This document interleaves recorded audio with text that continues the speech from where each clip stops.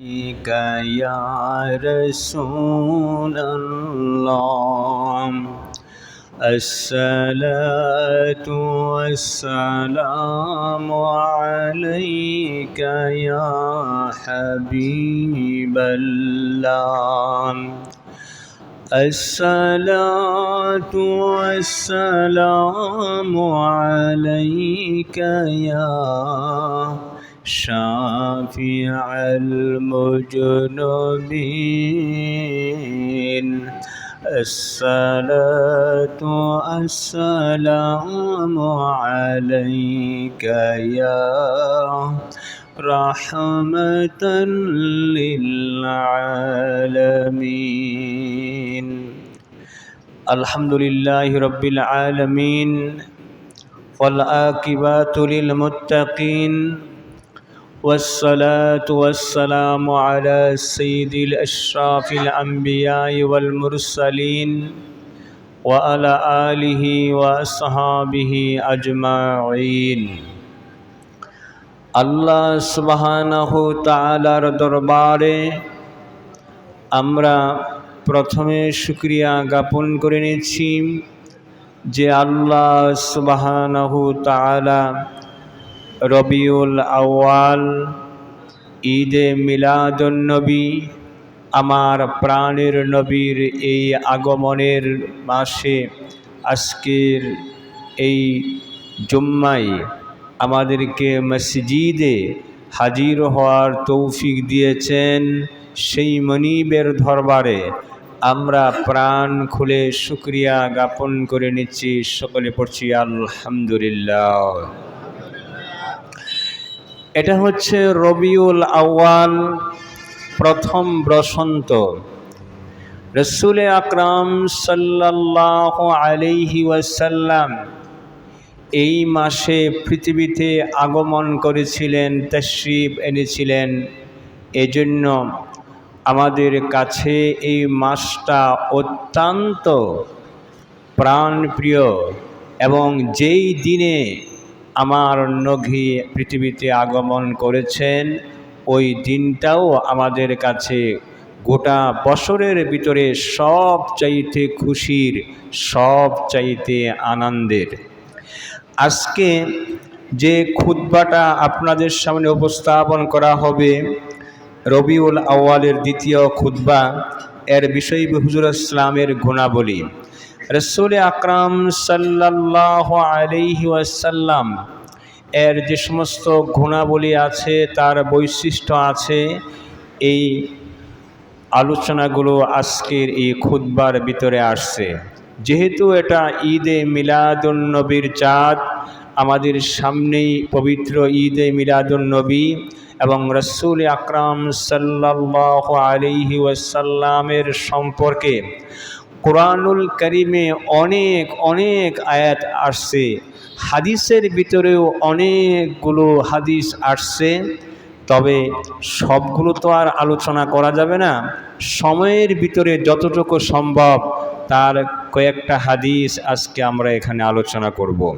প্রথমে যে হাদিসটা আমরা আলোচনা করব এখানে আসছে আজকের খুতবার ভিতরে, ওয়াকাল রাসূলুল্লাহ সাল্লাল্লাহু আলাইহি ওয়াসাল্লাম লাম্মা ইফতারা ফাআদামাল খাতিয়াহা قال يا ربي بحق محمد لما غفرت لي قال وكيف عرفت محمد صلى الله عليه وسلم قال لأنك لما خلقتني بيدك وتفقت في سرائك رفع رأسي فرأيت على قوام العرش مكتوبا لا إله إلا الله محمد رسول الله صلى الله عليه وسلم। আগে পড়েন সুবহানাল্লাহ। আজকের প্রথম একেবারে যেই হাদিসটা দিয়ে এই খুতবাটা শুরু হয়েছে এটা আসছে যে হযরতে আদম আলাইহিস সালাতু ওয়াস সালামের ব্যাপারে। আদম আলাইহিস সালাতু ওয়াস সালামকে আল্লাহ পাক জান্নাতে বাস করার পারমিশন দিলেন এবং বললেন লা তাকরাবা হাজিস শাজারা, ওই গাছের নিকটেও যায়ও না। কিন্তু শয়তান পরিচিত করে তাকে ওই গাছের নিকটে গেল, ওই গাছের ফলও তিনি ভক্ষণ করলেন এবং সেই কারণে আল্লাহ রাব্বুল আলামিন তাকে দুনিয়ার ভিতরে প্রেরণ করে দিলেন।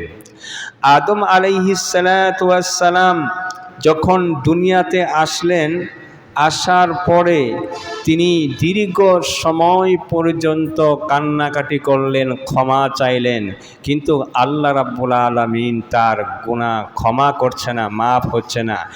এক পর্যায়ে আদম আলাইহিস সালাতু ওয়াস সালাম আল্লাহ রাব্বুল আলাকে বললেন যে হে ইয়া রাব্বি বিহাক্কি মুহাম্মাদিন লিমা কাফারতুলি, হে আল্লাহ, মুহাম্মদ সাল্লাল্লাহু আলাইহি ওয়াসাল্লাম ওই নামের উসিলায় আমাকে মাফ করে দাও, ক্ষমা করে দাও। আল্লাহ রাব্বুল আলামিন কি বললেন?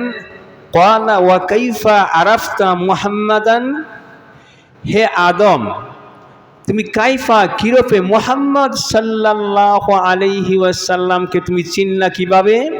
তখন আদম আলাইহিস সালাম বললেন ক্বালা লিআন্নাকা লাম্মা খালাকতানি বিয়াদিকা ওয়া নাফাকতা ফি রুইকা রাফাতা রাআসা ফারাইতা আলা কাওয়ামিল আরশি মাকান। আগে পড়েন সুবহানাল্লাহ। আদম আলাইহিস সালাম বললেন, প্রভু গো, তুমি যখন আমাকে সৃষ্টি করলা আর সৃষ্টি করার পরে যখন জান্নাতে প্রবেশ করলাম, আমি যখন আরশে তোমার আরশের দিকে তাকালাম, তোমার আরশের ওই পায়ার ভিতরে তোমার এই মুহাম্মদ সাল্লাল্লাহু আলাইহি সাল্লাম এই নামটা আমি দেখেছি, যেখানে তুমি লিখেছ লা ইলাহা ইল্লাল্লাহু মুহাম্মাদুর রাসূলুল্লাহ সাল্লাল্লাহু আলাইহি সাল্লাম। আগে বলেন সুবহানাল্লাহ। আদম আলাইহিস সালাম আল্লাহ পাককে বললেন, আয় আল্লাহ, ওই আদমের উসিলায় আমাকে মাফ করে দাও। আল্লাহ রাব্বুল আলামিন বললেন, হে আদম, তুমি সত্যি বলেছ, ওই মুহাম্মদ সাল্লাল্লাহু আলাইহি ওয়াসাল্লাম আমার প্রিয় ভাজন, আমার বন্ধু, আমার হাবিব, আমি আমার নবী। হে আদম, ওই মুহাম্মদ সাল্লাল্লাহু আলাইহি ওয়াসাল্লামকে যদি সৃষ্টি না করতাম, তুমি আদমকে পর্যন্ত আমি সৃষ্টি করতাম না। তুমি যখন আমার বন্ধুর নাম নিয়েছ, আমার বন্ধুর সম্মানে, আমার বন্ধুর উসিলা তুমি যখন ধরেছ, যাও হে আদম, তুমি যা কিছু করো না কেন, আমার বন্ধুর সম্মানে, আমার বন্ধুর উসিলায় আমি আল্লাহ রাব্বুল আলামিন তোমাকে মাফ করে দিয়েছি। জোরে বলেন সুবহানাল্লাহ। আজকের প্রথম এই হাদিসটা তিনি এখানে নিয়ে আসছেন যে আদম আলাইহিস সালাতু ওয়াস সালাম হযরতে রাসূল আকরাম সাল্লাল্লাহু আলাইহি ওয়াসাল্লামের নামের উসিলায় আমার আল্লাহ রাব্বুল আলামিন তাকে মাফ করে দিয়েছেন, ক্ষমা করে দিয়েছেন। এজন্য আল্লাহ রাব্বুল আলামিন কুরআনুল কারীমে বলেছেন, হে ঈমানদারগণ, হে মুত্তাকিগণ, তোমরা উসিলা তালাশ করো, আর সেই উসিলার ভিতরেই আমি তোমাদেরকে মাফ করে দেব, ক্ষমা করে দেব। রাসূল আকরাম সাল্লাল্লাহু আলাইহি ওয়াসাল্লামকে নিয়ে আজকে অনেক কথা হচ্ছে। যারা বলতেছেন যে 40 বছর আগে তো মুহাম্মদ সাল্লাল্লাহু আলাইহি সাল্লামের নবী ছিলেন না, আর ওই সময়টা তাকে অনুসরণ করা যাবে না।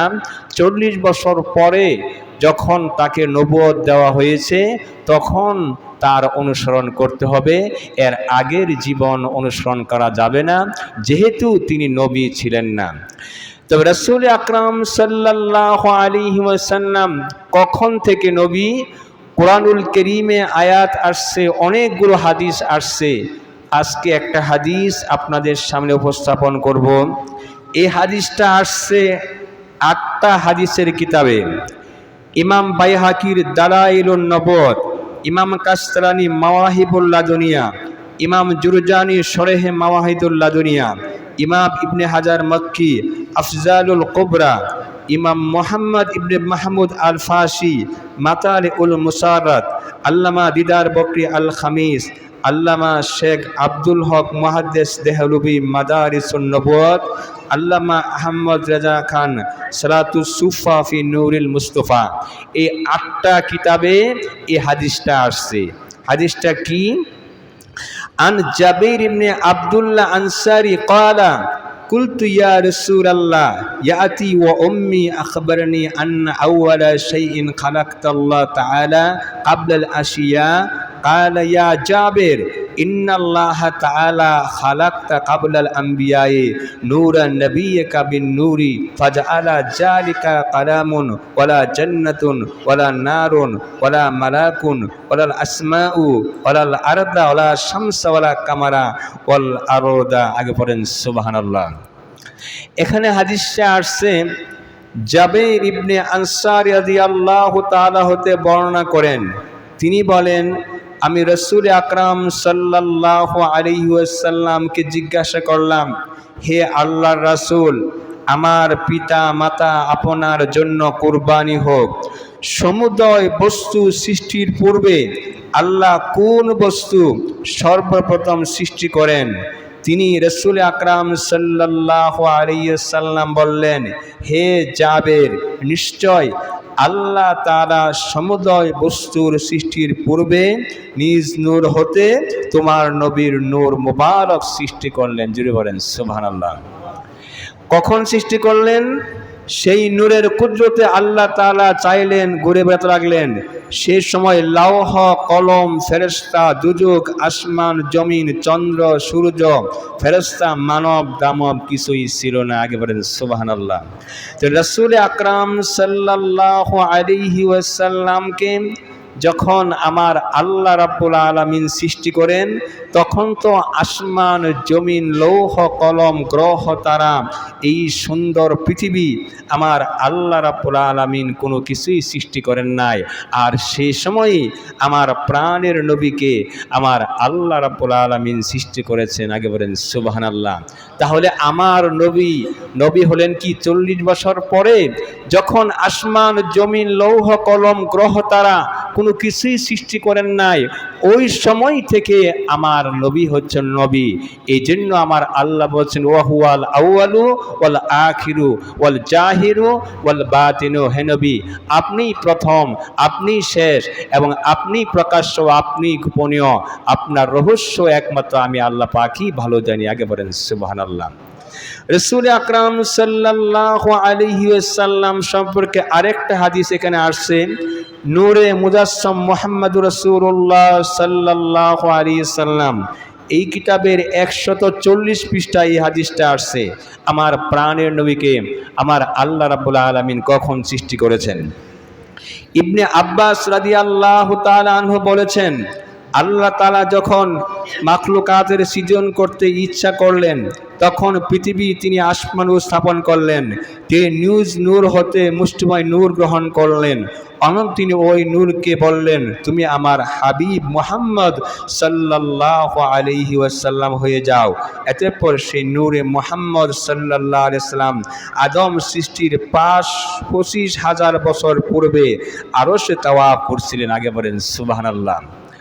রাসূল আকরাম সাল্লাল্লাহু আলাইহি ওয়াসাল্লাম কে আমার আল্লাহ রাব্বুল আলামিন আদম সৃষ্টি করার আরো শত শত বছর পূর্বে আমার আল্লাহ রাব্বুল আলামিন আমার প্রাণের নবীকে সৃষ্টি করেছেন। আরেকটা হাদিস আসছে এখানে, যখন আল্লাহ তাআলা বিশ্ব সৃষ্টি করতে ইচ্ছা করলেন, তিনি জমিনকে সম্প্রসারিত করলেন, আসমানকে বুলন্দ করলেন, তিনি গ্রহণ করে নিজ নূর হতে এক মুষ্টিময় নূর, এটাকে খেতাব করে তুমি মুহাম্মদ হয়ে যাও। তখন তারা নূরের একটি স্তম্ভ হয়ে গেল, অনন্ত আজমতের পর্দার সময় গিয়ে পৌঁছল। এরপর সিজদায় পড়ে বললেন আলহামদুলিল্লাহ। আগে বলেন সুবহানাল্লাহ।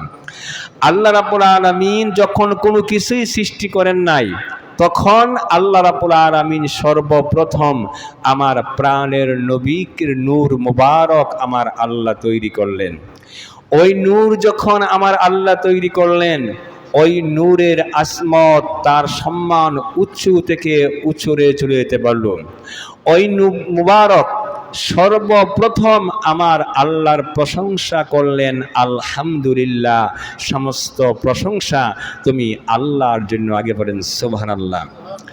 আল্লাহ রাব্বুল আলামিন বললেন, হে মুহাম্মদ সাল্লাল্লাহু আলাইহি ওয়াসাল্লাম, আমি তোমাকে সর্বপ্রথম তোমার নূর সৃষ্টি করেছি, আর এই সৃষ্টির পরে তুমি প্রথমেই আমার প্রশংসা করেছো, আমার গুণ কীর্তন করেছো।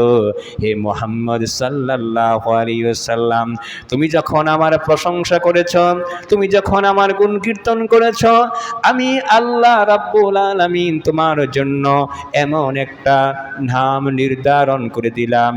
এই মুহাম্মদ, আমি তোমার ওয়াসাম্মাইতুকা মুহাম্মদ, আমি এই মুহাম্মদ সাল্লাল্লাহু আলাইহি ওয়াসাল্লাম তোমার নাম আমি রেখে দিয়েছি। আমি তোমার পরে যত সৃষ্টি করব, আমার সমস্ত সৃষ্টি তোমার প্রশংসা, আমার সমস্ত সৃষ্টি প্রকাশ করবে। জুড়ে বলেন সুবহানাল্লাহ। রাসূল আকরাম সাল্লাল্লাহু আলাইহি ওয়াসাল্লাম আল্লাহর প্রশংসা করলেন, আল্লাহ পাক খুশি হয়ে গেলেন, আনন্দিত হয়ে গেলেন। আর খুশি হয়ে আনন্দিত হয়ে তিনি কি বললেন, যে হে মুহাম্মদ সাল্লাল্লাহু আলাইহি ওয়াসাল্লাম, তুমি আমার প্রশংসা করেছ, আমি খুশি হয়েছি, আনন্দিত হয়েছি। এই জন্য তোমার জন্য আমি এমন একটা নাম নির্ধারণ করলাম, আমার যত সৃষ্টি আছে সমস্ত সৃষ্টি তোমার প্রশংসা করবে। জুড়ে বলেন সুবহানাল্লাহ। আল্লাহ পাক বলছেন যে সমস্ত সৃষ্টি আমার নবীর প্রশংসা করবে। এখন আমার মতো কিছু মুনাফিক যারা নবীর দুশমন, আমরা যদি নবীর প্রশংসা না করি, এতে কি আমার নবীর কোনো আসে যায়? কোনো আসে যায় না। কারণ আমার আল্লাহ বলেছেন ওয়ারাফা'না লাকা যিকরাক, হে নবী আপনার সম্মান, আপনার মর্যাদা আমি আল্লাহ রাব্বুল আলামিন উঁচু করে দিয়েছি। যদি বলেন সুবহানাল্লাহ। আরেকটা হাদিস এখানে আসছে যে রাসূল আকরাম সাল্লাল্লাহু আলাইহি ওয়াসাল্লামের বিষয়ে তিনি আরশের পাকা সমূহে এই কালেমা অঙ্গ দেখতে পেলেন, এবং প্রতি আসমানের উপরে এবং 7 আসমানের উপরে, বেহেশতের উপরে, তাতে আছে সব কিছুর উপরে, এর বালাখানা সময়ের উপরে, প্রকৃষ্ট সময়ের উপরে, হুরে ইনের কণ্ঠ সময়ের উপরে, তুব্বা ও সিদরাতুল মুনতাহার হতে পত্র আছে, সমুদয় পত্রের উপরে, পর্দা সমূহের প্রান্তে প্রান্তে, ফেরেশতা কুলের নয়ন যুগলের মধ্যবর্তী স্থান সমূহে মুহাম্মদ সাল্লাল্লাহু আলাইহি ওয়াসাল্লাম। আগে বলেন সুবহানাল্লাহ। রাসূল আকরাম সাল্লাল্লাহু আলাইহি ওয়াসাল্লামের নাম মুবারক আল্লাহর আরশে, জান্নাতের দরজায়, হুরদের পাকা সমূহে, সব জায়গায় আমার আল্লাহ রাব্বুল আলামিন ওই নবীর নাম মুবারক দিয়ে আমার আল্লাহ জান্নাতকে সাজিয়েছেন। গোটা সৃষ্টি যেখানে আমার নবীর প্রশংসা করে, সেখানে আমি আমার মতো সাধারণ ব্যক্তি যদি নবীর প্রশংসা না করে, তাতে আমার প্রাণের নবীর কোনো আসে যায় না। রাসূল আকরাম সাল্লাল্লাহু আলাইহি ওয়াসাল্লাম তার আগমনে, তার জন্মদিনে আপনি খুশি হবেন কি না হবেন, এটা সম্পূর্ণ আপনার এখতিয়ার। মহাব্বত, ভালোবাসা, এটা হচ্ছে অন্তরের বিষয়, মনের বিষয়, দলিলের এদের বিষয় নয়। আপনি আমার রসুলকে ভালোবাসবেন কি ভালোবাসবেন না, এটা আপনার মনের বিষয়। নবীর জন্মদিনে আপনি খুশি হবেন নাকি আপনি অসন্তুষ্ট হবেন, এটা হচ্ছে আপনার এখতিয়ার, আপনার বিষয়। কিন্তু রাসূল আকরাম সাল্লাল্লাহু আলাইহি সাল্লামের আগমনে, জন্মদিনে আল্লাহর গোটা সৃষ্টি সেদিন খুশি হয়েছিল। আগে পড়েন সুবহানাল্লাহ। নূরে মুজাসসাম এখানে রাসূলের জন্মদিন উপলক্ষে 49 পৃষ্ঠায় এখানে আসছে। সৃষ্টির দুলাল রাসূল আকরাম সাল্লাল্লাহু আলাইহি সাল্লামের দুনিয়ার শুভ আবির্ভাব, এই বিষয়ে আলোচনায় তিনি লিখেছেন, সৃষ্টির দুলাল রাসূলুল্লাহ সাল্লাল্লাহু আলাইহি ওয়াসাল্লাম দুনিয়ার আবির্ভাবের শুভক্ষণ সমাগত, যার জন্য এই বিশ্ব সৃষ্টি জগৎ মহল রচিত। সেই সৃষ্টির দুলাল আসছেন, দুনিয়ায় আসছেন মহা সমারোহে। তার এই শুভ আগমনে অভিনন্দন জানায় আরশ, কুরসি, লৌহ কলম, চন্দ্র সূর্য, গ্রহ নক্ষত্র, জিন ইনসান আর বিশ্ব চরাচর। দুঃখ খুবই আজ শুধু কাঁদে ইবলিশ এবং তার বাহিনী। রাসূল আকরাম সাল্লাল্লাহু আলাইহি ওয়াসাল্লামের আগমনের বিষয় এখানে আসছে যে আমার প্রাণের নবীর আগমনে ওই দিন আরশ, কুরসি, লৌহ, কলম, গ্রহ, তারা, নক্ষত্র, যত আল্লাহর সৃষ্টি আছে সমস্ত সৃষ্টি সেদিন খুশি হয়েছিল, আনন্দিত হয়েছিল। একজন এবং তার অনুসারী সেই ইবলিস শয়তান এবং তার অনুসারীরা সেই দিন বেজার হয়েছিল, কষ্ট হয়েছিল, নিরাশ হয়ে গিয়েছিল যে মুহাম্মদ সাল্লাল্লাহু আলাইহি সাল্লাম পৃথিবীতে আসছেন, পৃথিবীতে তার নবুয়ত প্রচার হবে, সেই খুশি হতে পারে নাই। রাসূল আকরাম সাল্লাল্লাহু আলাইহি ওয়াসাল্লামের বিষয়ে আরও আসছে, উসমান ও আবু আস নিজ মাতা হতে বর্ণনা করেন, রাসূলুল্লাহ সাল্লাল্লাহু আলাইহি সাল্লাম ভূমিষ্ঠ হওয়ার সময় সমাগত আমি দেখতে পেলাম খানায়ে কাবা অপরূপ আলোকে আলোকবর্তী হয়ে গেল। আরও দেখতে পেলাম তারকামালা জমিনের এত নিকটবর্তী হয়ে গেল যেন আমার উপরে টুকে পড়বে। জুড়ে বলেন সুবহানাল্লাহ। এখানে বলছে যে রাসূল আকরাম সাল্লাল্লাহু আলাইহি ওয়াসাল্লাম যেদিন পৃথিবীতে আগমন করেছিলেন ওই দিন আকাশের তারকারাজি এত পৃথিবীর নিকটবর্তী হয়ে গিয়েছিল যে গোটা পৃথিবী মনে হচ্ছিল যেন আলোকিত হয়ে গেছে। জুড়ে বলেন সুবহানাল্লাহ।